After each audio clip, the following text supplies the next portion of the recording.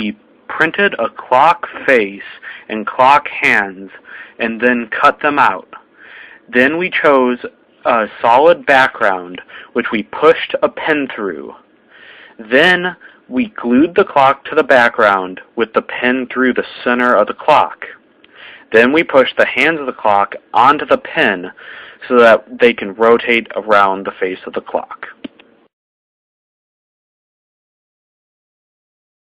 Our problem was if you have a watch with a minute hand 7 millimeters long and a second hand 10 millimeters long at 4:15 p.m., how fast is the distance between the tips of the hands changing?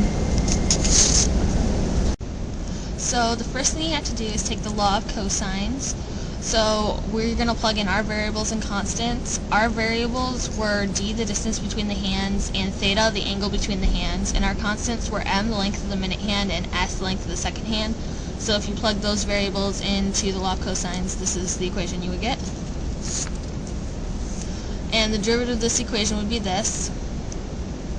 So first thing you have to do is solve for the rate of change of theta. So the second hand is moving at 2 pi radians per minute, and the minute hand is moving at 2 pi over 60 radians per minute. So the overall rate of change of the angle would be 59 pi over 30 radians per minute. So now we have to solve for the original distance between the two hands, and you can use this using the original formula, not the derivative. So if you just plug everything in, you'll get the square root of 149.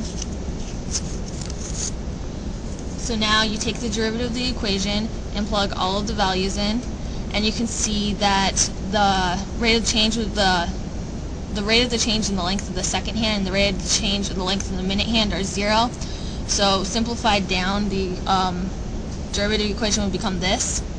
So now all you have to do is solve for the rate of change of the distance, and your overall answer will be 413 pi over 3 times the square root of 149.